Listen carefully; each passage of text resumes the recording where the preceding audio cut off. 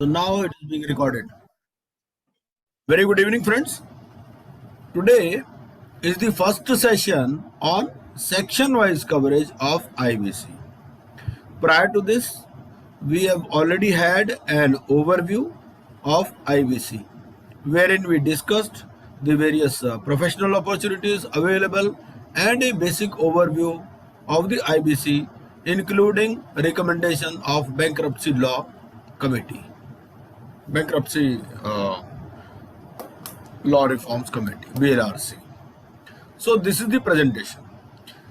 This PPT is already available on my website carkgupta.com. You can download it from there.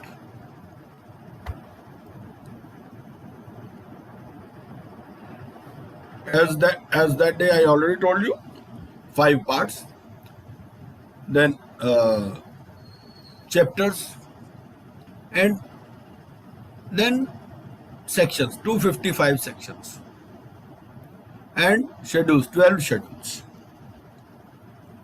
Introduction, I think we did not repeat it. We have already had this, that existing framework was inadequate. Statement of objection reasons, maximization of interest of all the shareholders, objective. This was the basic objective. This we have already discussed in the, then these are the schedules. Then BLRC report we have already discussed. Those who could not attend our first session, that video recording is already available in the group. Some of you might have joined the group later, then you can request for recording. So we can again put up the recording, or otherwise it is available on my Facebook page also. So 2-step process, and both steps need to be necessarily followed. First CIRP, first exhaust all the possibilities of resolution, and then only start the liquidation proceedings in case resolution is not possible at all. No need of any government on. They say you keep judiciary and the creditors separately. So let judiciary interpret the law, and let the creditors who take charge instead of the board of directors, they decide. So wisdom of COC is supreme in IBC. Altered distribution waterfall. The government dues are at a lower priority. They are at number 5. We have had a session on GST also yesterday, wherein we discussed in detail the responsibilities of the RP in case the company is having GST number or it is having GST dues. Same is with regard to the other government dues also. And the government dues, they are to be divided into 2 parts. Up to 24 months, they will be considered at number 5 in the waterfall mechanism as per section 53, and beyond 24 months, they will be clubbed with other debts and dues, even at a lower priority. Simplified fresh start. You need not pay anything, you start afresh if you have income or assets below a specified level, but this noting will be done in your bankruptcy records. Speed is the essence. Timely resolution, timely liquidation. Simplified exit, timely exit. Setting up of regulators, IBBI is the regulator. These were the various committees we went through that day. But the key difference between the 2 committees was that in case of other committees, they tried to tinker with the existing laws only without having an overall perspective. But they have rewritten the whole code, this Vishwanathan committee. So this is a complete code in itself, and it is based on UK law, wherein creditors take precedence over the management in case there is a default in the company.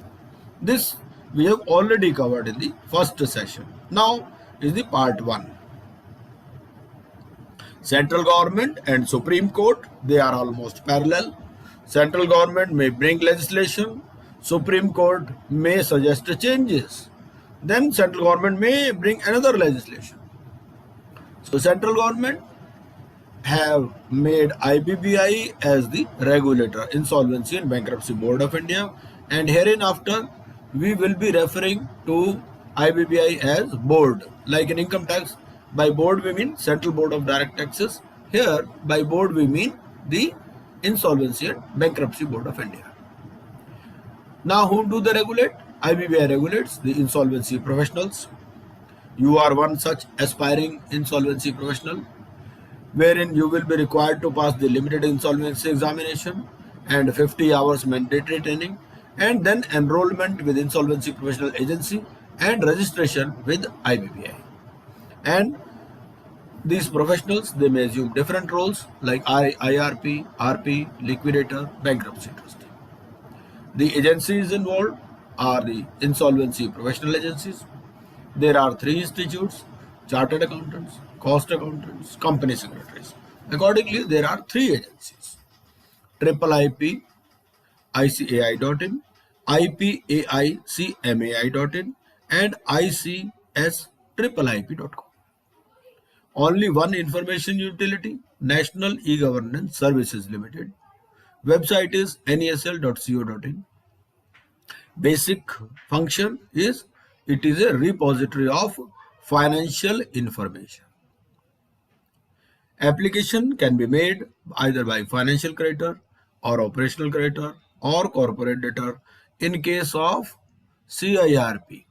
In case of individuals and partnership firms, there is no distinction between financial creditor and operational creditor. So there is only one class of creditors there. Application has to be made to NCLT in case of companies and LLPs, and in case of individuals and partnership firms, the adjudicating authority is the DRT.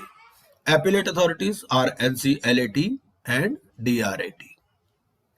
Against the order of the NCLT, appeal has to be made to NCLAT, and against the order of the DRT, appeal has to be made to DRT, and final is the apex court, Supreme Court.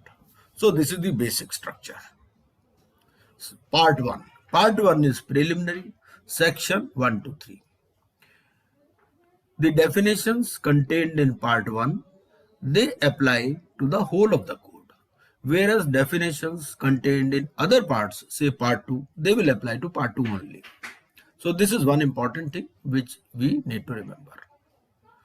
Section 1 talks of applicability. Definitely it extends to whole of India.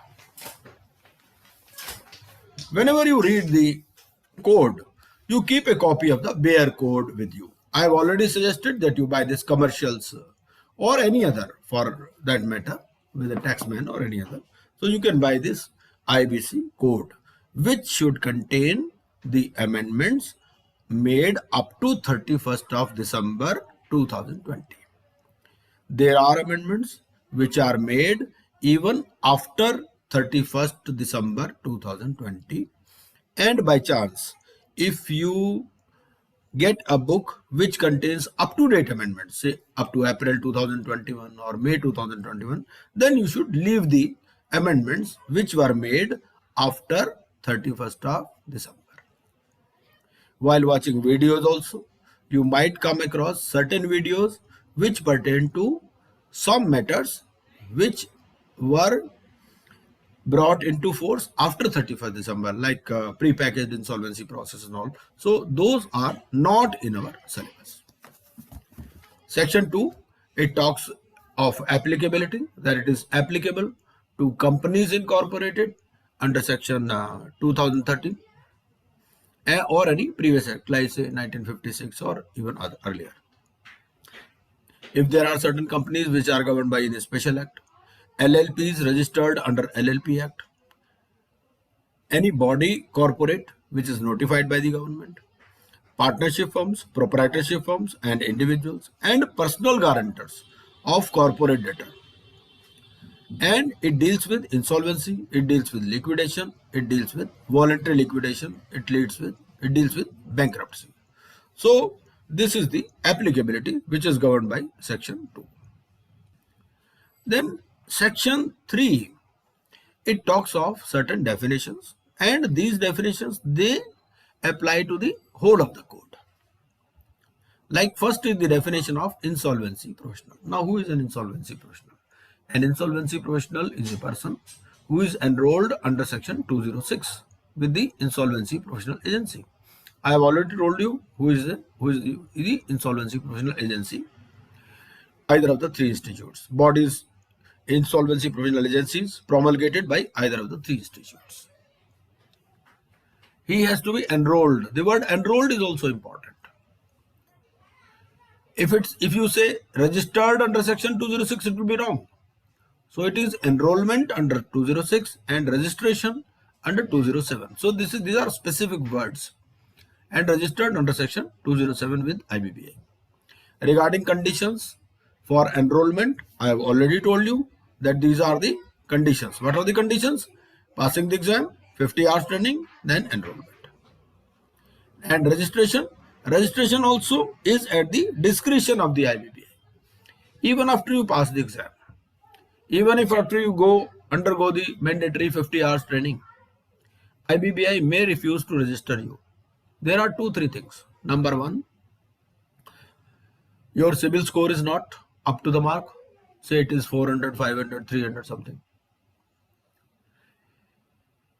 If you are not a person of worth or credit worthiness, because you are required to deal with companies and with individuals and partnership firms, it's a very important position. So IBBI, they register only persons who are credit worthy. If you are holding any criminal charges against you, they may refuse to register you, and there are cases for this also. Section 3, subsection 20, it talks of insolvency professional agencies. 3 agencies. Person registered with IBBI under section 201 as IPA. There are conditions which we will read in the times to come. Section 321, Information Utility, as I already told you, National E-Governance Services Limited, NESL. And that is the repository of basically financial information. If you go to the website of NESL, website name is nesl.co.in. You will find that there are logins for financial creditors, operational creditors, registered users. You can feed information, you can access information. But any information in information utility is fed only after verification from the opposite party.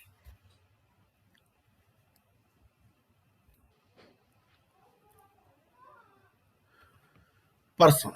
Section 3, subsection 23. It includes individual. And please note, questions can come on any of these definitions. And these are only the important definitions I am covering. There are other definitions also. So you are required to go through all the definitions. Section 323 talks of person, includes individual, HUF, company, trust, partnership, LLP, any other body incorporated, and includes person resident outside India. And person resident in India, where it is defined?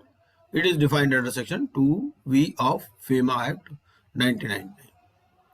Section 3, subsection 31, it talks of security interest. So security interest is any right, title or interest or a claim to property created in favor of secured creditor, which secures payment and includes mortgage, charge, hypothecation, assignment, but it does not include performance guarantee. So this is the security interest. Definition of security interest is important because secured creditors under IBC, they have got 2 options. They can either choose to exercise the security which is already vested in them, security interest which is already vested in them, or they may choose to relinquish that security. In case they relinquish, then they come higher in the priority of payments. Financial sector regulator. Any authority constituted to regulate services of financial sector, and it includes RBI, SEBI, IRDAI, Pension Fund Regulatory Authority, any other authority notified by the central government. Section 3, subsection 6, claim. So claim is very important. So claim means a right to payment or right to remedy for breach of contract. And right to payment, it may be fixed, it may be disputed, it may be undisputed, it may be legal, it may be equitable, it may be secured or unsecured. Right to remedy for breach of contract, it gives rise to right to payment. It may be fixed, matured, unmatured, disputed, undisputed, secured or unsecured. Section 3, subsection 7. Corporate person means a company, LLP, or any other person incorporated with limited liability, but shall not include any financial service provider. There are separate set of rules for financial service providers, which have been recently announced, and there the concept is of an administrator instead of an insolvency professional. However, an insolvency professional can be an administrator as well. Section 3, subsection 10, it talks of creditor. So creditor is any person to whom debt is owed, and it includes financial creditor, operational creditor, secured creditor, unsecured creditor, and a decree holder. As you read these definitions, some of you who have just started reading IBC, you may find it difficult to memorize these definitions. But as you study the code, you are with us for another complete month. And in the times to come, we will deliberate at length on each and every word written in these definitions. So don't get bogged down if you are unable to understand initially what is meant by all these things. When we read this code for the first time, say 3-4 years back, then we also could not get through these definitions so easily. But as we read the act, because first few sections are the most difficult to understand. In a sense, they have included the whole code in the definitions, everything they have given. But we will deal with each and every word in detail. So section, then treatment of home buyers under IBC, because home buyers, they are, if they are having agreement with assured return clause, so they are classified as financial creditors, and home buyers without assured return clause. Section 3, subsection 11, it talks of committed return plan. So if it is a committed return plan, it is in the nature of a debt, because sometimes the borrowers, they promise fixed rate of returns. So if any committed return plan is there, then it is in the nature of a debt. Because to come under IBC, there should be a debt, and it should be due and payable. That is very important. It may be disputed or undisputed, that is another issue. Because even a disputed debt, in case of a disputed debt, application can be filed under section 7 by a financial creditor, although an operational creditor who is a provider of goods and services, he cannot file an application in case the debt is disputed. Then section 3, subsection 12, it says the default triggers the insolvency resolution process. The trigger point is the default. Unless there is a default, there is no start of the insolvency resolution process. Sir एक question है राजीव चोपड़ा साहब का. हाँ जी कि home buyers without assured return can file CIRP. क्यों नहीं? हाँ देखिए, ऐसा है, एश्योर्ड रिटर्न डिफरेंट कॉन्सेप्ट है, होम बायर्स अलग है. होम बायर्स में तो क्या है, होम बायर्स अलग है और वो अलग है, दोनों चीजें अलग अलग है. चाहे एश्योर्ड रिटर्न हो नहीं हो, एश्योर्ड रिटर्न तो एक अलग से कॉन्सेप्ट आ गई 3 सबसेक्शन 11 में, कमिटेड रिटर्न. होम बायर्स तो दे कैन ऑलवेज फाइल, वो तो आपको फाइनेंशियल क्रेडिटर में इंक्लूड कर लिया ना उनको. Earlier there was a confusion, शुरू में जब आईबीसी आया कि भाई ना तो इन्होंने पैसा दिया कंपनी को, तो ये फाइनेंशियल क्रेडिटर कैसे हो गए, और ना इन्होंने कोई गुड्स और सर्विसेज प्रोवाइड की, इसीलिए ऑपरेशनल क्रेडिटर भी नहीं है. लेकिन बाद में it was clarified that they will come under the definition of financial creditors. Default की बात है तो डिफॉल्ट जो है वो ट्रिगर पॉइंट है इंसॉल्वेंसी रेजोल्यूशन प्रोसेस का. अगर डिफॉल्ट नहीं है तो CIRP स्टार्ट भी नहीं हो सकती. लेकिन एक और इंपॉर्टेंट चीज है, it is not A recovery mechanism, simply it is not a money claim. आपका सिर्फ मनी क्लेम है तो आप यहां नहीं जाना, आपको फिर सिविल सूट में जाना, फिर आप DRT में जाओ, सरफेसी में जाओ, किसी में भी जाओ, यहां नहीं. यहां कब जाना है, यहां जाना है डिफॉल्ट हो गया, ड्यू भी है और पेएबल भी है। ये लाया किस लिए गया, ये लाया उन मैनेजमेंट को कंट्रोल करने के लिए जो कहते थे जाओ जो मर्जी कर लो, हमने पैसे नहीं देने। देवर अदरवाइज सॉल्वेंट कंपनीज, ठीक है। तो उनको कहा कि भाई ठीक है, आप 1 लाख रुपए का इनिशियली अमाउंट रखा गया था इसमें CIRP में। तो उन्होंने कहा भाई आप 1 लाख रुपए भी नहीं दे सकते तो आप जितने मर्जी सॉल्वेंट हो तो ठीक है, हम तो CIRP शुरू करेंगे। बाद में फिर एज टाइम डेवलप तो उन्होंने कहा भाई ठीक है, अगर आप अदरवाइज सॉल्वेंट हो तो आप विड्रॉ भी कर सकते हो कंप्लेंट, किसी को पैसे मिल गए तो इनिशियली अभी भी आज की डेट में भी लोग रिकवरी पे ही ज्यादा ध्यान देते हैं इसमें भी। और एक बार नोटिस चला जाए IBC का सेक्शन 7 या सेक्शन 9 का तो लोग पैसे दे देते हैं। But that is not the purpose, that is not the intent. Intent क्या है कि भाई कंपनी डिफॉल्ट में है, वो तो देखो हमेशा कोर्ट क्या करता है या कोई भी लॉ क्या सोचते हैं, वो सोचते हैं कि सब लोग ऑनेस्ट इंटेंशन से काम कर रहे हैं। भाई कंपनी में डिफॉल्ट हो गया, इसका क्या मतलब है, कंपनी में डिफॉल्ट हो गया तो इसका मतलब ये है कि भाई कंपनी जो है फाइनेंशियल स्ट्रेस में है, ठीक है। अब भाई सबसे पहले तो ये देखो कि इसमें सुधार हो सकता है कि नहीं हो सकता। सुधार कैसे होगा, या तो कंपनी वाले कोई स्कीम लेके आ जाए जैसे कंपनी एक्ट में थी कॉम्प्रोमाइज अरेंजमेंट वाली। कंपनी वाले नहीं ला सकते, कोई नया प्रमोटर खोज लो।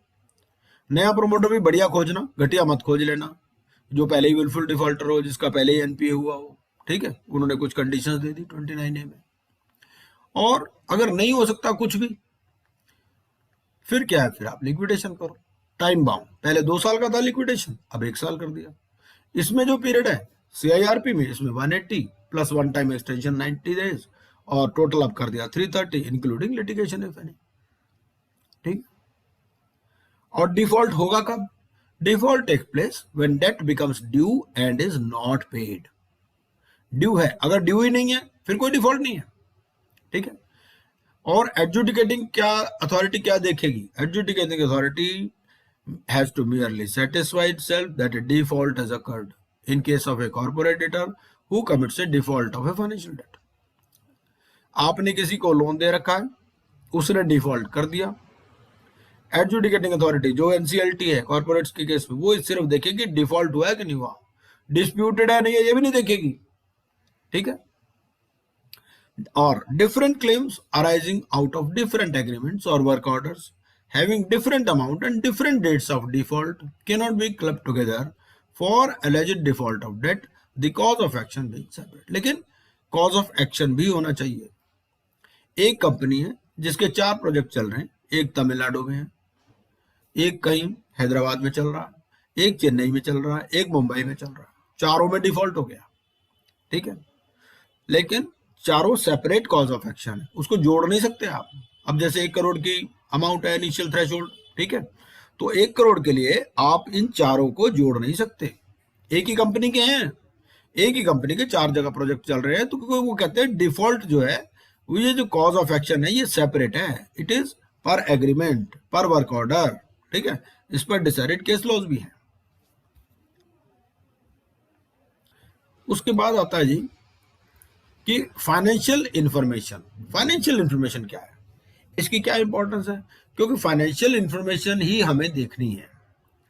हमें कितने 2 साल पीछे तक जाना है, क्योंकि भाई आज तो कंपनी जो है एप्लीकेशन एडमिट हो चुकी है, ठीक है ना, तो आज तो हो सकता है कंपनी में कुछ काम ही ना हो रहा हो, तो फाइनेंशियल इंफॉर्मेशन ही इंपॉर्टेंट है। फाइनेंशियल इंफॉर्मेशन में क्या इंक्लूडेड है, एक तो records of the date of the person, records of liabilities when the person is solvent, records of assets of person over which security interest has been created, क्योंकि security को अलग रखना पड़ेगा, सिक्योर्ड को, ठीक है ना, सिक्योर्ड को हमें अलग आइडेंटिफाई करना है और अनसिक्योर्ड को अलग। और लेकिन जो सिक्योर्ड क्रेडिटर है उनको भी अपना क्लेम प्रूव करना पड़ेगा, उनको भी बताना पड़ेगा हमारे पास ये सिक्योरिटी है, उसका प्रूफ देना पड़ेगा कि भाई हमारा जो चार्ज था MC में रजिस्टर्ड था या जो भी है।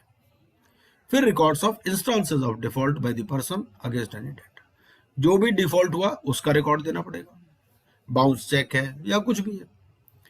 Records of balance sheet and cash flow statement of person, such other information as may be specified. तो ये फाइनेंशियल इंफॉर्मेशन के अंदर इंक्लूडेड है, ठीक है। फाइनेंशियल इंफॉर्मेशन की डेफिनेशन है ये। फिर फाइनेंशियल इंस्टीट्यूशन का क्या मतलब है, Financial institution means a scheduled bank. Financial institution is defined under section 45(1) of the Reserve Bank of India Act. ठीक है, उसके अलावा पब्लिक फाइनेंशियल इंस्टीट्यूशंस हैं, जैसे LIC है, IDFC है, UTI है, और institution notified by central government है, जहां पर 51% holding is with the government, and any other institution notified by central government. आपको कोई भी डेफिनेशन अभी समझ में नहीं आ रही, आप एक बार कोर्स पढ़ रहे हैं तो समझ में नहीं आ रही, कोई घबराने की जरूरत नहीं। हमें भी नहीं समझ में आई थी जब हमने इनिशियली पढ़ा था, किसी को भी नहीं आती, लेकिन जब पूरा कोड आप पढ़ लेते हैं तो समझ में आ जाती। इसको ऐसे ही समझो कि जैसे शादी होती है, अब शादी में क्या हो रहा है कि मिलनी हो रही है आपकी, ठीक है, आपकी मिलनी हो रही है, ये मामा जी हैं जी, ये चाचा जी हैं जी, ये ताऊ जी हैं, ठीक है। आप अगले दिन मिलो, हो सकता है उनको पहचानो ही नहीं, आपने उनके गले में माला पहनाई थी, फोटो भी खिंचाई थी, हो सकता है आप पहचानो भी नहीं, लेकिन जैसे जैसे उन रिश्तेदारों से बार बार मिलोगे आप पहचानोगे। ऐसे ही डेफिनेशंस का हाल है। डेफिनेशन मतलब जैसे रिश्तेदार, समझ लो, इन्हीं के इर्द गिर्द ताना बुना गया है सारा। तो पहली बार में समझ में नहीं आती, लेकिन 2-4 बार में समझ में आ जाएगी। 3 बार कोड आपको कम से कम पढ़ना है, at least 3 readings are required. Section 3 subsection 16 financial services. Financial services में क्या क्या इंक्लूडेड है, क्योंकि पहले क्या था, जो फाइनेंशियल सर्विस प्रोवाइडर था उसको IBC से बाहर रखा गया था। अब अलग से उनके लिए कुछ प्रोविजंस लाए गए हैं, वो हम अलग से पढ़ेंगे, ठीक है, relating to financial service providers. ये जो रेगुलेशन है हमारा, ये है INB insolvency and liquidation proceedings of financial service providers in application to adjudicating authority rules 2019। ये 15/11/2019 से आ गए हमारे पास। तो फाइनेंशियल सर्विसेज क्या है, इसमें ये चीजें इंक्लूडेड है, accepting deposits, administration of assets, financial products belonging to another person.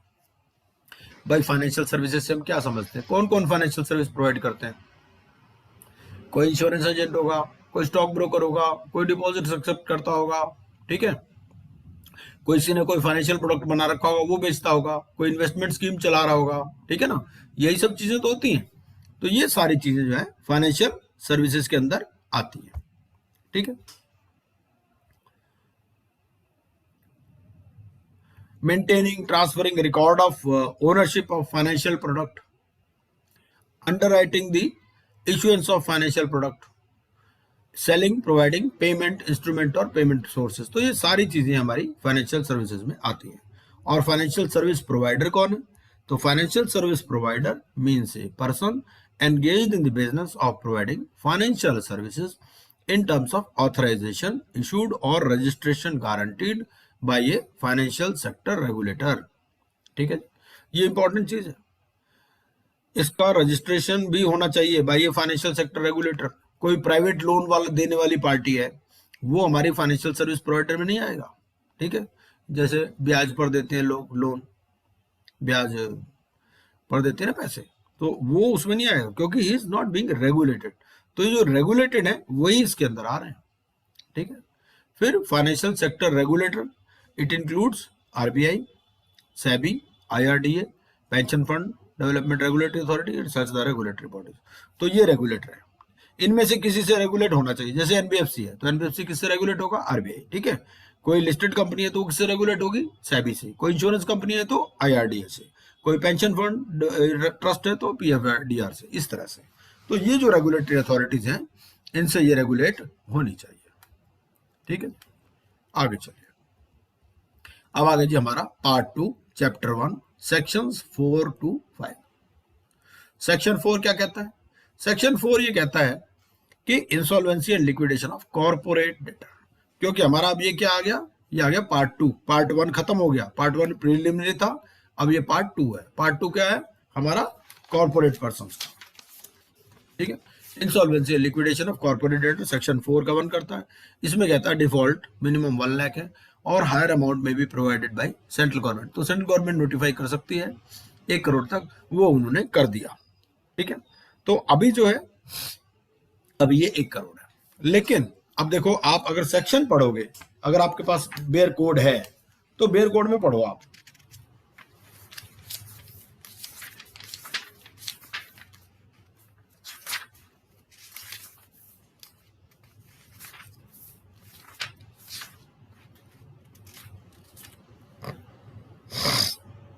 Bear code में भी अभी भी यही लिखा है, क्योंकि ये 1 करोड़ कहाँ आया, ये बाय वे ऑफ नोटिफिकेशन आया। ठीक है, तो ऐसा ही लिखा गया है आज की डेट में भी। ये नहीं कि 1 लाख को हटा दिया, वो हटाएंगे नहीं कभी भी। ठीक है ना, ये जैसे अब 1 करोड़ हो गया, तो अब ये नहीं कि अब मिनिमम में 1 करोड़ है तो कह दो जी यहीं पे काट के 1 करोड़ लिख दो, नहीं। वो इसीलिए उन्होंने क्या क्या कहा, जब बैंक्रप्सी लॉ रिफॉर्म्स कमेटी बनी BLRC, उसमें भी ये कहा, उसमें भी कहा कि भाई इस जो रेगुलेशन है ना, इसको रेगुलेशंस के थ्रू ज्यादा चलाओ। ठीक है, तो कोड में क्या है, वो मिनिमम चीजें देते हैं और रेगुलेशंस के थ्रू ज्यादा चीजें लाते हैं। कुछ चीजें नोटिफिकेशन के थ्रू लाते हैं जो सेंट्रल गवर्नमेंट की पावर है। ठीक है, तो और कुछ इंसॉल्वेंसी प्रोविजनल एजेंसीज भी अपने रेगुलेशंस बनाती हैं। ठीक है ना, जो कि मेंबर्स पर अप्लाई होते हैं। तो ये कोड जो है आपको मिला करके पढ़ना है, ये कोड प्लस जो रेगुलेशंस है। ठीक है, अगर आप ये बुक देखोगे तो इसमें बहुत सारे नंबर ऑफ रेगुलेशंस दिए गए हैं। ठीक है, हो सकता है 25-30 हो, तो ये 25-30 आपको मिला करके पढ़ने हैं। इन क्लासेस का क्या फायदा है कि यहाँ पर हम वो चीज आपके लिए कर देते हैं, हम यहीं पर ही उन चीजों को मिला देते हैं। हम आपको अलग से रेगुलेशंस नहीं पढ़ाते, हम इसी में बताते जाते हैं साथ साथ में क्या क्या रेगुलेशंस। सेक्शन 5 क्या कहता है? सेक्शन 5 सबसेक्शन 5 में कॉर्पोरेट एप्लीकेंट का मतलब है। देखिए ऐसा है, अब जब हमने शुरू में एप्लीकेशन यहाँ पढ़ी थी, यहाँ हमने क्या पढ़ा था, यहाँ पढ़ा था हमने कॉर्पोरेट डेटर। ये देखिए मैं शुरू ये ले चलता हूँ आपको, यहाँ ये है कॉर्पोरेट डेटर। ठीक है, अब यहाँ वर्ड क्या आ गया, कॉर्पोरेट एप्लीकेंट। मतलब एक तो कंपनी खुद अपनी एप्लीकेशन लगा सकती है, ठीक है, और कंपनी के बिहाफ पर कोई दूसरा भी लगा सकता है, वो कॉर्पोरेट एप्लीकेंट है। तो कॉर्पोरेट एप्लीकेंट में कॉर्पोरेट डेटर आ गया। कॉर्पोरेट डेटर मतलब कंपनी खुद या फिर उसका कोई ऑथराइज्ड मैनेजर, मेंबर या पार्टनर। ठीक है, of corporate debtor in case of LLP, क्योंकि दोनों कवर्ड है इसमें, इसमें कंपनी भी कवर्ड है और जो है उसका ऑथराइज्ड मेंबर या पार्टनर भी कवर्ड है। ठीक है, उसके अलावा individual who is in charge of manager, मतलब उसका CEO, उसका CFO, वो सारे।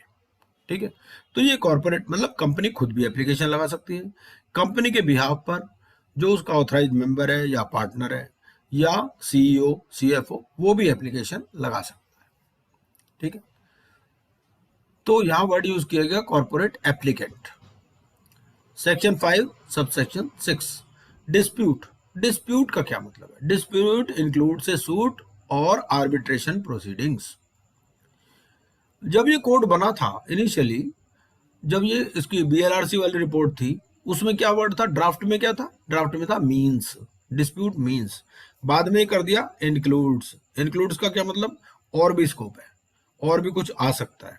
मीन्स का मतलब वहीं खत्म हो गया, सारा कुछ है। ठीक है, तो डिस्प्यूट इंक्लूड्स ए सूट और आर्बिट्रेशन प्रोसीडिंग। इसका क्या मतलब है कि सूट हो भी सकता है, नहीं भी हो सकता, बिना सूट बिना आर्बिट्रेशन प्रोसीडिंग के भी डिस्प्यूट हो सकता है। ठीक है, ऐसा ही कहा गया किर्सा सॉफ्टवेयर मोबिलॉक्स वाले केस में। उसमें कहा गया भाई हो सकता है कि जो एक ऑपोजिट पार्टी है उसको टाइम ही ना मिला हो सूट फाइल करने का, तो डिस्प्यूट अलग चीज है, सूट अलग चीज है। सूट या आर्बिट्रेशन हो भी सकता है, नहीं भी हो सकता। अगर कोई सूट नहीं है, कोई आर्बिट्रेशन नहीं, फिर भी डिस्प्यूट हो सकता है। इसमें क्या करना है आपको, existence of the amount of dispute, फिर क्वालिटी ऑफ गुड्स और सर्विसेज, और फिर ब्रीच ऑफ रिप्रेजेंटेशन और वारंटी। ठीक है, इन चीजों से आप जज करोगे कि डिस्प्यूट है या नहीं है।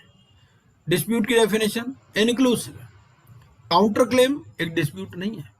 एक पार्टी ने कुछ क्लेम किया, मैंने 1 करोड़ लेने हैं, दूसरा कह रहा है जी मैंने तो 2 करोड़ लेने हैं इनसे। ठीक है, कंस्ट्रक्शन कॉन्ट्रैक्ट्स में होता है ऐसा। कंस्ट्रक्शन कॉन्ट्रैक्ट्स में कॉन्ट्रैक्टर ने कहा जी मैंने इतने पैसे लेने हैं इनसे, 2 करोड़ रुपए लेने हैं, ये मुझे पैसे नहीं दे रहे। ठीक है, डिफॉल्ट हो गया। उन्होंने कहा जी ऐसा है 4 करोड़ का तो स्टील और सीमेंट लेके बैठा है। ठीक है, dispute must be pre existing. Pre existing का मतलब क्या है कि जब आपने डिमांड नोटिस दे दिया, जैसे हम पढ़ेंगे, तो डिमांड नोटिस से पहले ही डिस्प्यूट होना चाहिए। और दूसरी बात, डिस्प्यूट जो है फाइनेंशियल क्रेडिटर के केस में जरूरी नहीं है। डिस्प्यूट हो तब भी एप्लीकेशन लग सकती है, सेक्शन 7 वाली फाइनेंशियल क्रेडिटर वाली। सिर्फ जो ऑपरेशनल क्रेडिटर की एप्लीकेशन है, जो सेक्शन 9 में लगती है, जिसके लिए सेक्शन 8 की कंडीशन जरूरी है, उसी के लिए है कि dispute must be pre existing. फिर breach of trust and breach of terms of non disclosure agreement, it is a dispute. ठीक है। फिर period of limitation for filing dispute need to be taken into consideration, कि limitation act भी इसमें apply होता है। Limitation act पर भी हम पूरा डिटेल में पढ़ेंगे, लिमिटेशन एक्ट भी हमारे सिलेबस में है। इसमें क्या है कि लिमिटेशन एक्ट अप्लाई होगा, लिमिटेशन एक्ट अप्लाई होगा लेकिन 1 दिसंबर से अप्लाई नहीं होगा। डिफॉल्ट जो पहले हो चुका, अगर 2011 में डिफॉल्ट हो चुका तो उसकी एप्लीकेशन आईबीसी आने के बाद नहीं लग सकती। ठीक है, तो वो आपको देखना पड़ेगा कि इसमें, और जो सेक्शन 137 के हिसाब से लगेगा। अगर कोई एप्लीकेशन पेंडिंग है अंडर सेक्शन 34 या कोई अपील पेंडिंग है अंडर सेक्शन 37 तो it is not a dispute. ठीक है। For financial debt even if there is a dispute, ये हम पूरा डिटेल में पढ़ेंगे। For financial debt even if there is a dispute it does not matter so long as the rate is due. ठीक है, तो फाइनेंशियल में कोई मैटर ही नहीं करता। सिर्फ पुलिस कंप्लेंट है फोर्जरी की, चाहे चीटिंग की, फाल्सिफिकेशन, ये अपने आप में प्रूव नहीं करता कि डिस्प्यूट है, उसके अलावा आपको कोरोबरेटिव एविडेंस देना पड़ेगा। फिर फाइनेंशियल डेट, फाइनेंशियल डेट का क्या मतलब है? Financial debt means debt along with interest disbursed against the consideration for the time value of money। ठीक है, अगेंस्ट कंसिडरेशन फ्री में नहीं हो सकता। कोई गिफ्ट दे दी, उसका चेक बाउंस हो गया, नहीं आएगा, कवर नहीं हो गया। For the time value of money, demand note नहीं आएगा इसमें, टाइम वैल्यू ऑफ मनी के लिए होना चाहिए। And it includes money borrowed against payment of interest, amount raised under acceptance credit facility और its dematerialised equivalent, amount raised by issue of bonds, notes, debentures, loan stock. तो ये सारे इसमें financial debt के अंदर इंक्लूड करते हैं। फिर उसके अलावा कोई लीज लायबिलिटी है, कोई हायर परचेज एग्रीमेंट है जिसको फाइनेंशियल या कैपिटल लीज कहते हैं, तो वो भी इसमें आता है। रिसीवेबल सोल्ड और discounted except sold on non recourse basis. ये नॉन रिकोर्स बेसिस क्या है? दो तरह से रिसीवेबल्स आप बेच सकते हो, एक तो होता है ऑन रिकोर्स बेसिस, एक होता है नॉन रिकोर्स बेसिस। आपने पैसे लेने, आपने एक एजेंसी को हायर किया, उस एजेंसी ने कहा कि भाई ठीक है तुमने 5 करोड़ लेने हैं ना, लो हम तो 3 करोड़ ले लो, तुम साइड में हट जाओ। ठीक है, अब वो एसेट रिकंस्ट्रक्शन कंपनी हो सकती है, कोई भी हो सकती है, वो हम बाद में पढ़ेंगे। ठीक है, उन्होंने कहा भाई तुम 3 करोड़ लेके साइड में हट जाओ, हम अपने आप देख लेंगे, हमें मिले ना मिले तुम्हें कोई मतलब नहीं। ये हो गया नॉन रिकोर्स बेसिस।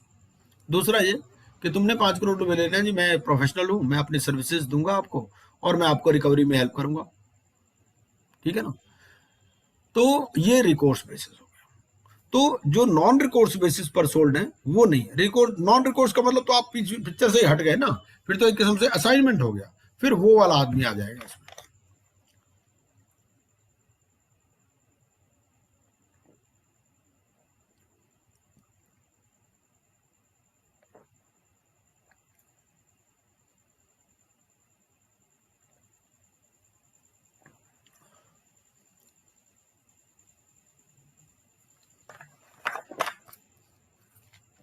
फिर है जी amount raised under forward sale और purchase agreement having the commercial effect of borrowing.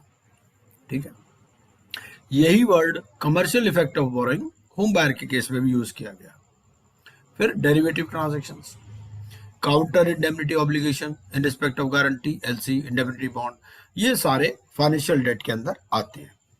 ठीक है, counter indemnity obligation, liability in respect of guarantee or indemnity for items in above clauses, ये सारे financial debt में आते हैं।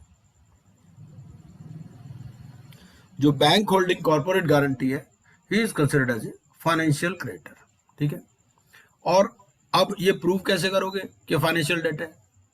वो कहता है भाई आपका टीडीएस डिडक्ट हो रहा है, कोई इंटरेस्ट पेमेंट हो रही है, तो it serves as a proof of a financial date.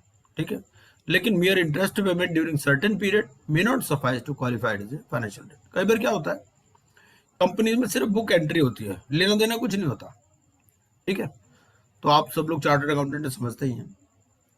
एक कंपनी ने अपनी बैलेंस शीट में दिखा रखा है कि भाई मैंने इस आदमी को इतने पैसे देने हैं, देना कुछ नहीं है, सिर्फ बुक एंट्री है। उस केस में ये डेट प्रूव नहीं होगा, क्योंकि उससे कहेंगे भाई ऐसा है तुमने इतने पैसे दिए थे तुम्हारा कोई टीडीएस कट रहा है, तुम्हें कोई इंटरेस्ट पेमेंट हो रही है, तुम्हारे पास कोई लोन एग्रीमेंट है, तुम अपना दिखाओ। बैलेंस कंपनी ने बैलेंस शीट में क्या दिखा रहा है उससे उसको छोड़ो, तुम अपना प्रूफ दिखाओ। तुम्हारे पास क्या प्रूफ है? तुमने ऐसे दे दिए पैसे, कुछ ना कुछ प्रूफ तो होगा, ऐसे तो नहीं। अमाउंट या फिर आपने क्या उसके लिए एफर्ट्स किए।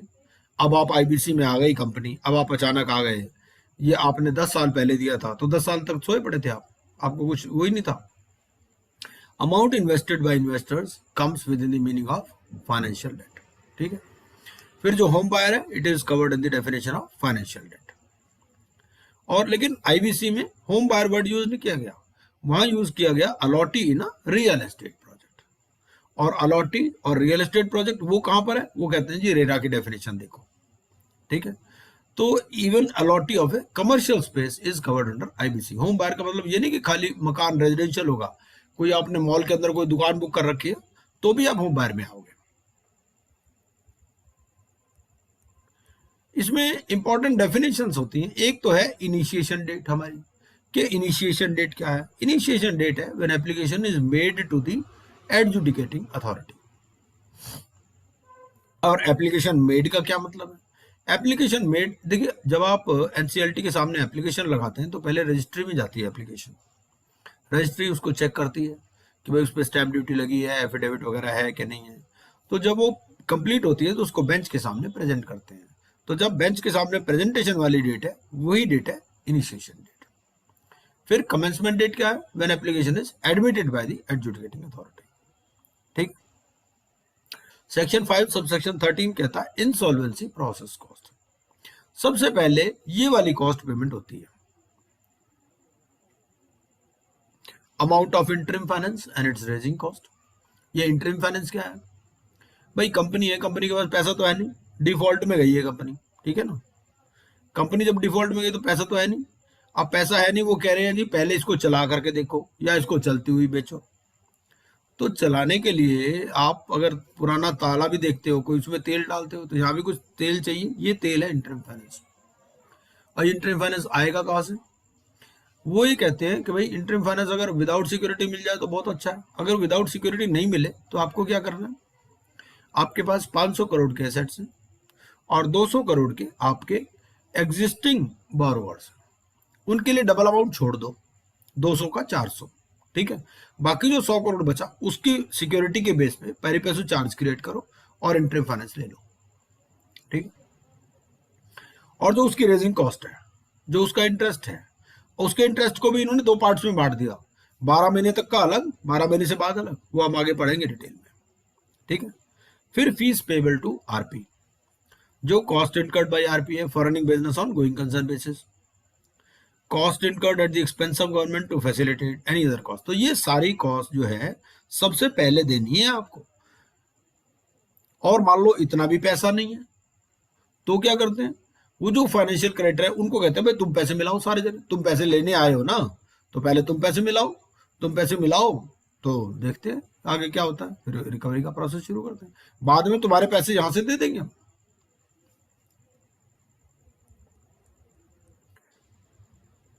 सेक्शन 5 क्या कहता है कि इंसॉल्वेंसी रेजोल्यूशन प्रोसेस पीरियड कितना है? 180 डेज का पीरियड है। ठीक है। Beginning from the insolvency commencement date, ये इंसॉल्वेंसी कमेंसमेंट डेट से शुरू हो जाएगा। सपोज टी एक डेट है तो टी प्लस 180 पे एंड हो जाएगा। ठीक है। और 180 डेज से पहले ही आपको एप्लीकेशन लगानी है अगर आपको एक्सटेंशन चाहिए। एक ही बार एक्सटेंशन मिलेगी 90 डेज की। फिर सेक्शन 5 सबसेक्शन 21 बात करता है ऑपरेशनल डेट की, कि फिल्ट्रेशन प्रोसेस है for classifying an amount as an operational debt. Operational debt होता क्या है? Operational debt is a debt which is due because of rendering of some services और सप्लाइंग सर्टेन गुड्स। ठीक है। जो गुड्स या सर्विसेज हैं उसके बदले में जो डेट अराइज होता है उसको ऑपरेशनल डेट कहते हैं, debt arising out of operations. ठीक है। फाइनेंशियल डेट क्या होता है? फाइनेंशियल डेट तो it is disbursed against the time value of money against consideration. Operational debt को पास करने के लिए 3 कंडीशन होनी चाहिए। पहली, क्लेम होना चाहिए। क्लेम की डेफिनेशन हमने पढ़ी सेक्शन 3 सबसेक्शन 6 में। फिर ये डेट होना चाहिए, डेट हमने पढ़ा एज पर सेक्शन 3 सबसेक्शन 11। फिर ये ऑपरेशनल डेट होना चाहिए। ठीक है। तो ये तीनों टेस्ट से पास करना चाहिए ऑपरेशनल डेट होने के लिए। रिलेटेड पार्टी एक बहुत इंपॉर्टेंट डेफिनेशन है, क्योंकि रिलेटेड पार्टी को एक तो वोटिंग राइट नहीं है, और भी बहुत सारी लिमिटेशंस हैं रिलेटेड पार्टी के साथ। जब हम पुराने ट्रांजैक्शंस देखते हैं, उसमें भी देखते हैं कि रिलेटेड पार्टी के साथ कोई ऐसी ट्रांजैक्शन तो नहीं की गई कि उसको कोई प्रेफरेंस दे दिया गया हो। तो इसीलिए रिलेटेड पार्टी की डेफिनेशन एक बहुत ही इंपॉर्टेंट डेफिनेशन है। ये सेक्शन 524 में है। इसमें नेचुरली देखो डायरेक्टर्स, उसके जो KMPs हैं, ये सारे, या LLP के केस में पार्टनर, ये सब आ ही जाएंगे। ठीक है। उसके अलावा इसमें कुछ कंडीशंस हैं कि परसेंटेज ऑफ कैपिटल या परसेंटेज ऑफ वोटिंग राइट्स, ठीक है ना। तो उस तरह से, या जो कंट्रोल करता है बेसिकली उस कंपनी को, तो ये टेस्ट हमें याद में रखने हैं कि ये इसमें कंडीशंस है। डायरेक्टर्स, पार्टनर्स या उनके रिलेटिव्स, KMP या उनके रिलेटिव्स, LLP पार्टनरशिप फॉर्म वे डायरेक्टर, पार्टनर और मैनेजर और the relatives partner, private company जहां पर director, partner, manager is director and holds more than 2% share capital. ठीक है। तो पब्लिक कंपनी वे director, partner, manager, director and holds more than 2% share capital. फिर body corporate who acts on advice instruction, ठीक है ना। तो ये सारे आप इसको पढ़ सकते हैं, इसको जो है आपको याद ही करना पड़ेगा, क्योंकि इसके ऊपर क्वेश्चन पूछ सकता है। वोटिंग राइट्स में 20% है। ठीक है। तो ये सारा, या फिर कोई पॉलिसी मेकिंग के साथ एसोसिएटेड है, या फिर इंटरचेंज ऑफ मैनेजरियल पर्सन, भाई तुम मेरी कंपनी में डायरेक्टर बन जाओ, मैं तुम्हारी कंपनी में डायरेक्टर बन जाता हूँ। ठीक है ना। इंटरचेंज ऑफ मैनेजरियल पर्सन, तो उस केस में भी जो है ये रिलेटेड पार्टी में आ जाएगी। तो person who is associated with corporate data on account of policy making, essential technical information having more than 2 directors common. ठीक है। और इंटरचेंज ऑफ मैनेजर, इंटरचेंज का मतलब मैंने आपको बता दिया कि तुम मेरी कंपनी में बन जाओ, मैं तुम्हारी कंपनी में बन जाता हूँ, इस तरह से बाहर हो जाएगी नहीं, तो यहां पर ही कवर कर लिया। सेक्शन 6 कहता है कि जब कॉर्पोरेट डेटर डिफॉल्ट करेगा, डिफॉल्ट कौन करेगा? कंपनी। तो फाइनेंशियल क्रेडिटर जिसने डेट दिया, फाइनेंशियल असिस्टेंस दी, या ऑपरेशनल क्रेडिटर जिसने गुड्स या सर्विसेज सप्लाई की, या कंपनी खुद, वो जा सकती हैं इंसॉल्वेंसी, दे में इनिशिएट इंसॉल्वेंसी प्रोसीडिंग। ये सेक्शन 6 कहता है। तो मतलब तीनों में से कोई भी इनिशिएट कर सकता है। ठीक है जी। And the expression default bears the same meaning in section 7 and 8 of the code. अब सेक्शन 7 क्या कहता है? सेक्शन 7 हमें मालूम है कि फाइनेंशियल क्रेडिटर्स में एप्लीकेशन लगा रहा है। तो फाइनेंशियल क्रेडिटर इटसेल्फ और jointly with other financial creditor, एक फाइनेंशियल क्रेडिटर है या जॉइंटली, लेकिन जॉइंटली उनको अमाउंट नहीं क्लब कर रहे हैं। एक का 60 लाख का डिफॉल्ट है, दूसरे का 40 लाख का डिफॉल्ट है, दोनों मिला के 1 करोड़ कर दिया, नहीं हो सकता ना। एक एक का 1 करोड़ होना चाहिए, तब डिफॉल्ट है। और एप्लीकेशन कौन फाइल कर सकता है? दूसरा फाइनेंशियल क्रेडिटर भी फाइल कर सकता है। एक कंसोर्टियम फाइनेंस है, बैंक, 4 बैंक मिले हुए, एक बैंक का डिफॉल्ट हो गया, जिसका डिफॉल्ट हुआ जरूरी नहीं वो फाइल करे, दूसरा भी फाइल कर सकता है, दोनों मिलकर भी फाइल कर सकते हैं। लेकिन जो ट्रिगर पॉइंट है, ट्रिगर पॉइंट सेक्शन 4 से गवर्न हो रहा है, वो यहां से नहीं गवर्न हो रहा, सेक्शन 7 से। सेक्शन 7 बता रहा है कि एप्लीकेशन कौन फाइल कर सकता है। बहुत सारे लोग कहते हैं जी अमाउंट मिला लेंगे, ये फिर BLRC रिपोर्ट में भी लिखा गया, ड्राफ्ट में भी, कोड में भी लिखा गया, ऐसे मिलाने लगो तो 1,000 वाले इकट्ठे हो जाएंगे। 1,000 वाले मिलकर सारे एप्लीकेशन लगा दो तो कोई लिमिट ही नहीं, 1 रुपए वाले इकट्ठे हो जाए, 1 करोड़ बंदे एक एप्लीकेशन लगा दो, नहीं। डिफॉल्ट ट्रिगर होगा सेक्शन 4 से। एप्लीकेशन कौन लगा सकता है? ये सेक्शन 7 है। तो सेक्शन 7 कहता है फाइनेंशियल क्रेडिटर इटसेल्फ और jointly with other financial creditor. Application लगाएगा, किसको लगाएगा? Adjudicating authority. Adjudicating authority corporate persons के केस में कौन है? NCLT।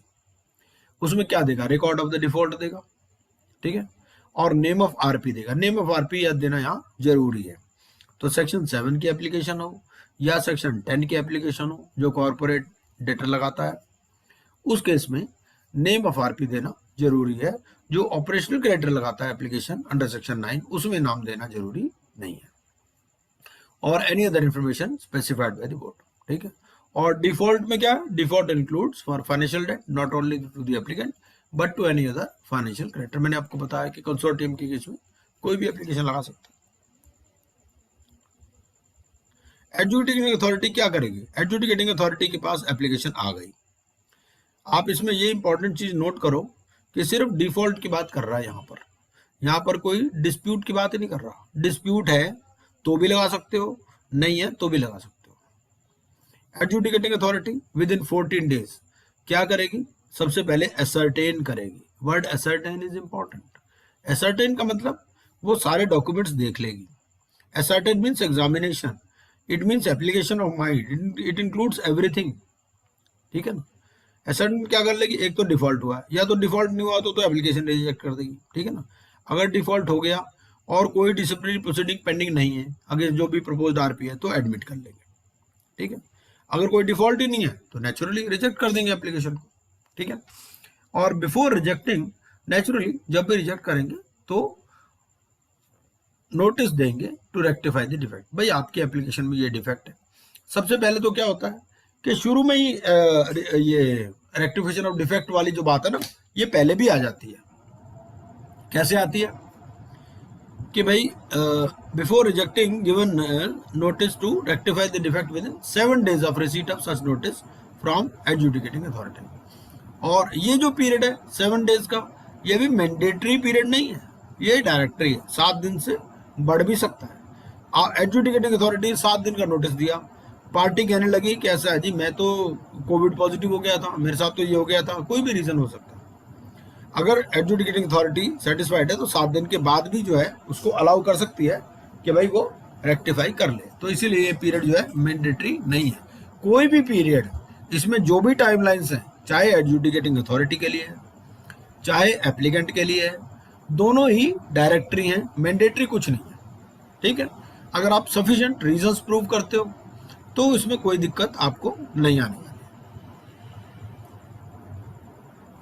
लेकिन ये है कि you can not take advantage of your own fault, ये भी जरूरी है। लिमिटेशन एक्ट में भी लिखा है कि भाई ऐसे नहीं कि आप ऐसे घूम रहे हो और फिर 7 दिन के बाद आ गए, तो आप if you are not able to provide cogent and justified reasons तो फिर आपकी एप्लीकेशन रिजेक्ट भी हो सकती है। And communication within 7 days to creditors and for the purpose of admitting an application under section 7 default has to be ascertained as on the date of decision of the adjudicating authority. ऐसा भी हो सकता है कि जो at the time of filing of application नहीं देखना आपको डिफॉल्ट कब देखना है? On the date of decision of the adjudicating authority. अब इसका क्या फर्क है?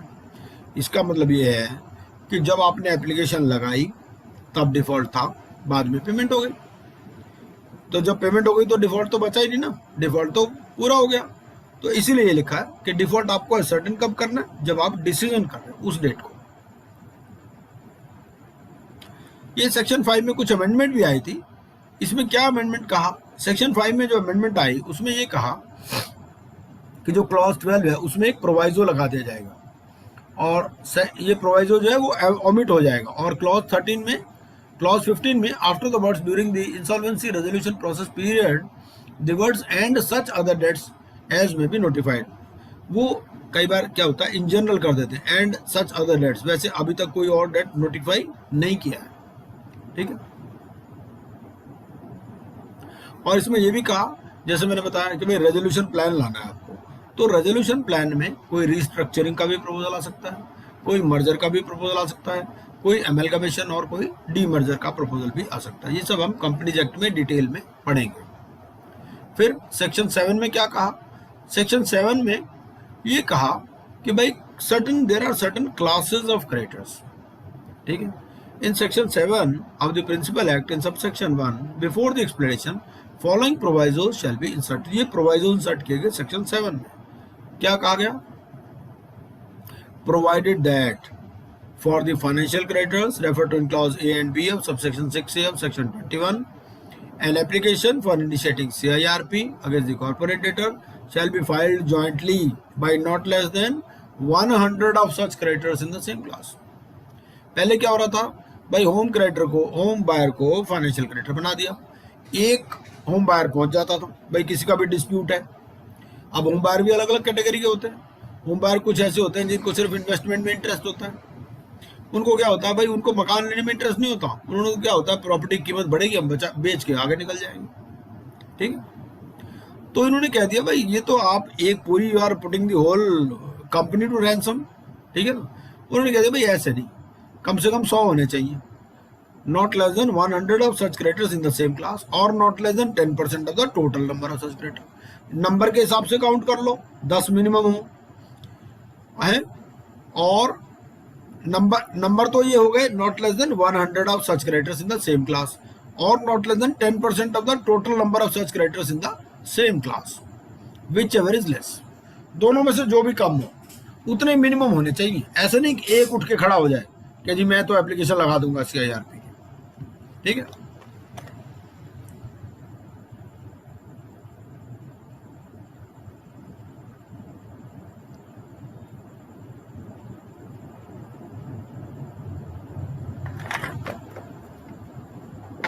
प्रोवाइडेड फर्दर दैट, अब आगे दो बातें और करता है, for financial creditors who are allottees under a real estate project, उस केस में एप्लीकेशन कैसे लगाओगे, jointly by not less than 100 of such allottees under the same real estate project. इसमें प्रोजेक्ट भी एक होना चाहिए। मान लो एक बिल्डर के 4 प्रोजेक्ट चल रहे हैं, 4 प्रोजेक्ट को मिला करके नहीं आपको 100 इकट्ठे करने, एक ही प्रोजेक्ट के 100 होने चाहिए, ठीक है। Not less than 100 of such allottees under the same real estate project और not less than 10% of the total number of such allottees under the same real estate project. या तो 100 हो, 100 मतलब एक तो प्रोजेक्ट ऐसा हो सकता है जिसमें 5000 अलॉटी हो। अगर 5000 है तो कम से कम 100 आ जाओ जी इकट्ठे, ठीक है। और अगर कम है, मान लो एक प्रोजेक्ट है जिसमें 20 ही अलॉटी हो, तो वो कहता है कम से कम 10% तो होने चाहिए, तो 2 आ जाओ, ठीक है। Not less then 10% of the total number of such allottees under the same real estate project. Percentage भी कर दिया, नंबर भी कर दिया, और विच एवर इज लेस, दोनों में से जो भी कम हो। जहां नंबर कम है वहां परसेंटेज में फायदा रहेगा, जहां नंबर ज्यादा है वहां इसमें फायदा रहेगा नंबर में, नॉट लेस देन 100, ठीक है। दोनों में से जो भी कम हो उतने कम से कम एप्लीकेशन लगा सकते हैं, उससे भी अगर कम हो तो एप्लीकेशन नहीं लग सकती। एक प्रोजेक्ट है जिसमें 100 अलॉटीज हैं, एक अलॉटी एप्लीकेशन नहीं लगा सकता, ठीक है, कम से कम 10 चाहिए उसमें। Provided also that where an application for initiating the corporate insolvency resolution process against a corporate debtor has been filed by a financial creditor referred to in the first and second proviso and has not been admitted by the adjudicating authority before the commencement of this amendment, ठीक है। तो ऐसा है कि कोई application इस amendment आने से पहले भी लग गई होंगी, ठीक है। तो ये जो एप्लीकेशन है, इस एप्लीकेशन को मॉडिफाई कर लिया जाएगा within 30 days of the commencement of the said act, failing which the application shall be deemed to be withdrawn before its admission.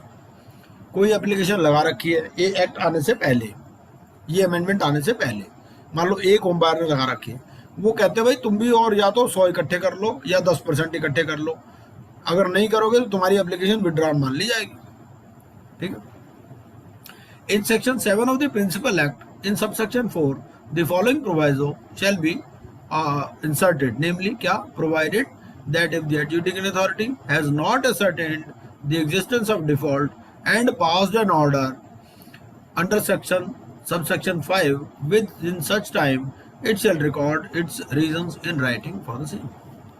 इसका क्या मतलब है कि आपको रीजंस रिकॉर्ड करने हैं। कई बार क्या, जैसे सेक्शन 7 में लिखा है, सेक्शन 7 में लिखा है कि adjudicating authority will ascertain the default, ascertain करेगी कि भाई डिफॉल्ट हुआ है और कोई डिसिप्लिनरी प्रोसीडिंग पेंडिंग नहीं है तो एडमिट कर लेंगे।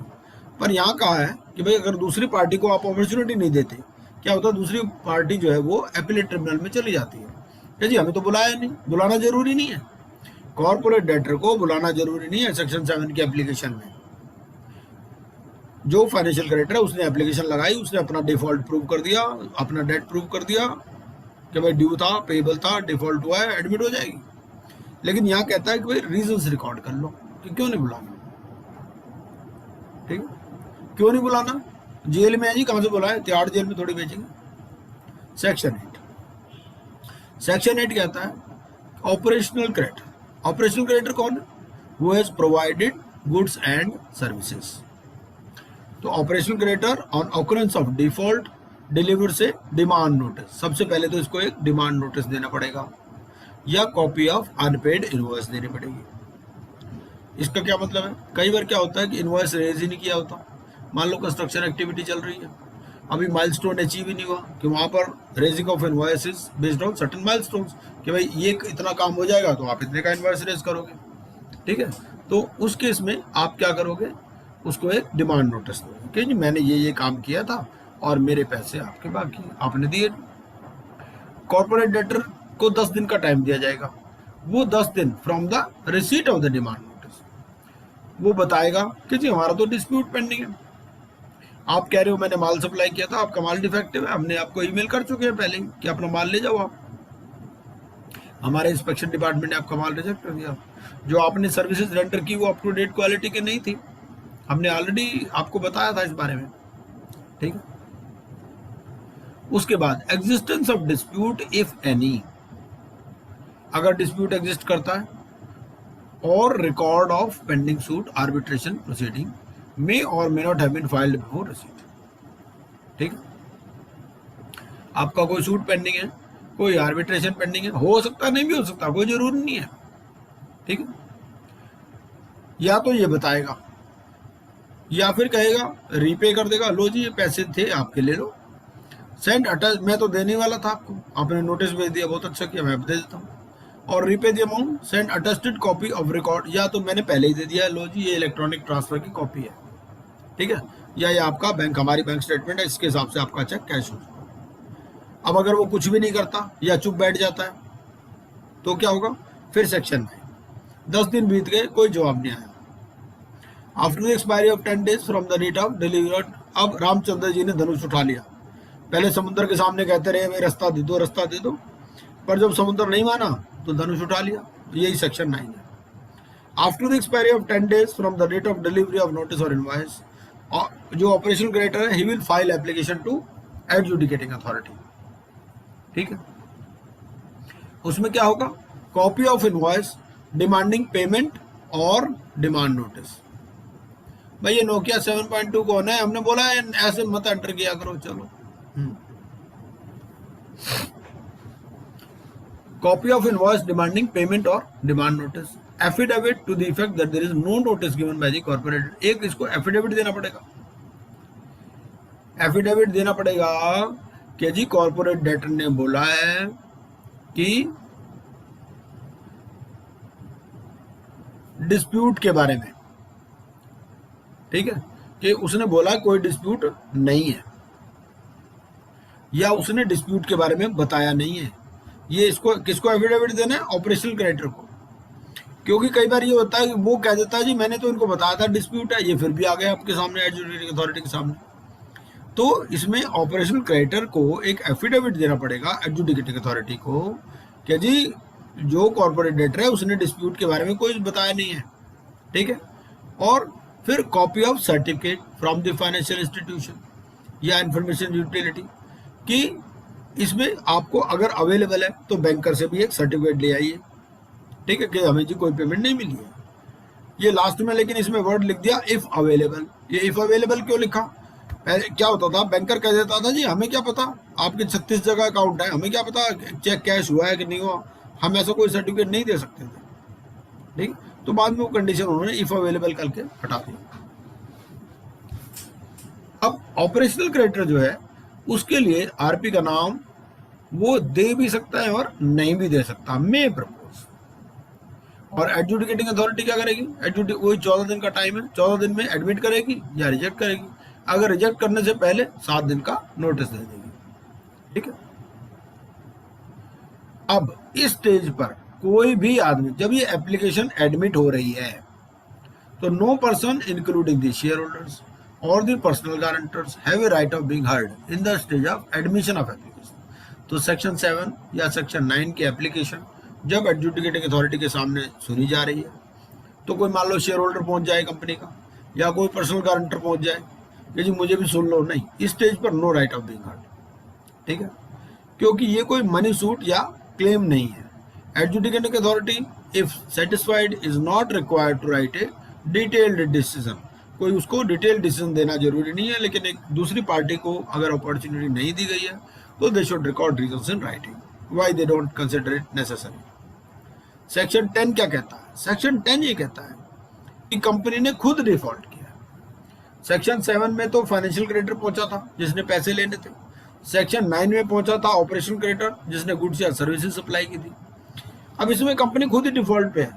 कंपनी कह रही है जी ऐसा है, मेरे बस का तो ये प्रोजेक्ट चलाना है नहीं, ठीक है ना, डिफॉल्ट हो गया है। डिफॉल्ट का प्रूफ, अगर डिफॉल्ट नहीं हुआ तो सेक्शन 59 है, वॉलंटरी लिक्विडेशन। कंपनी के केस में दो चीजें, या तो डिफॉल्ट होगा तो यहां पर आ जाएगा सेक्शन 10 में, अगर डिफॉल्ट नहीं हुआ तो सेक्शन 59 में है, अगर otherwise solvent company.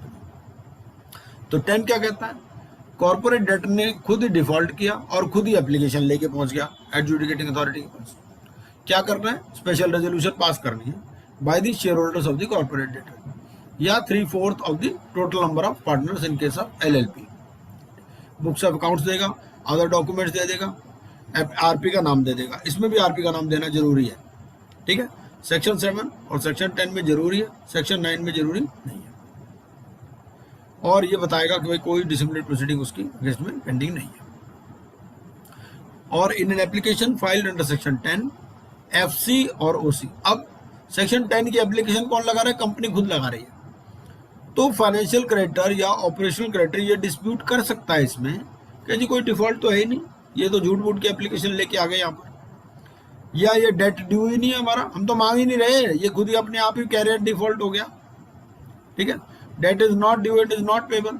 However, the adjudicating authority has no option but to admit the application if the conditions laid down are satisfied. लेकिन अगर डिफॉल्ट हुआ है, स्पेशल रेजोल्यूशन पास कर दिए, बुक्स ऑफ अकाउंट दिखा दिए, आरपी अपॉइंट कर दिया है, तो एडजुडिकेटिंग अथॉरिटी एडमिट कर लेगी, ठीक है। और वही 14 दिन का प्रोसेस, एडमिट या रिजेक्ट, 7 दिन में ये उसको opportunity of rectifying the default, ये सारी कंडीशंस सेम है। फिर सेक्शन 10A आया। अब ये कोविड आ गया, तो कोविड की वजह से 25 मार्च को ये आया कि भाई कोई भी डिफॉल्ट जो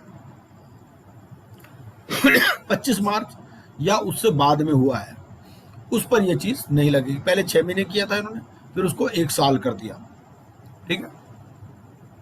तो suspension of initiation of corporate insolvency, उन्होंने कहा कि भाई सेक्शन 7, 9 या 10 में जो लिखा है, जो आपने पढ़ लिया, इसको हम डेफर करते हैं किसके लिए?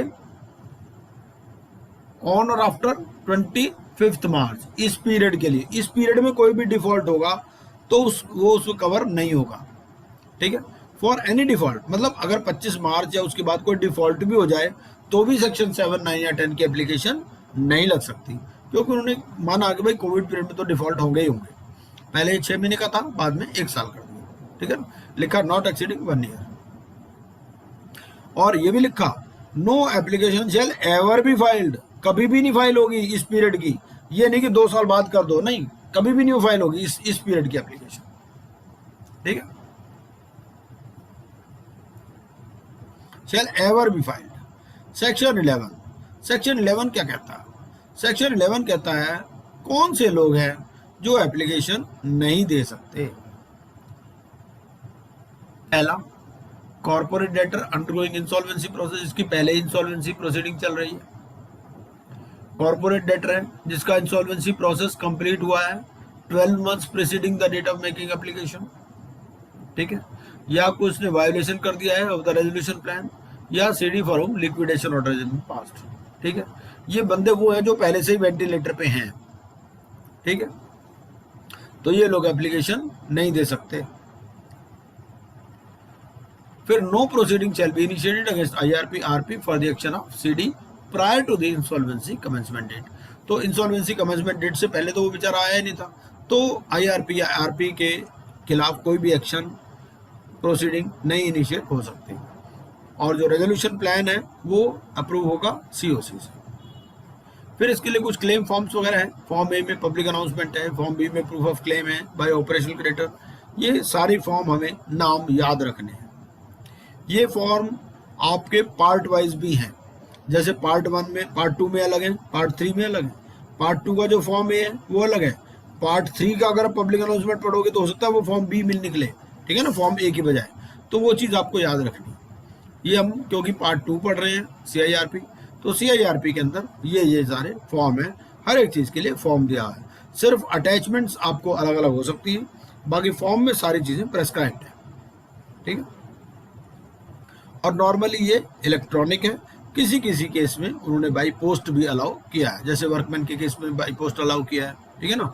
नॉर्मली अदरवाइज जो है वो सारी चीज़ें आपकी इलेक्ट्रॉनिक है, electronically they have to be submitted. फिर सेक्शन 11 में एक अमेंडमेंट आ गई।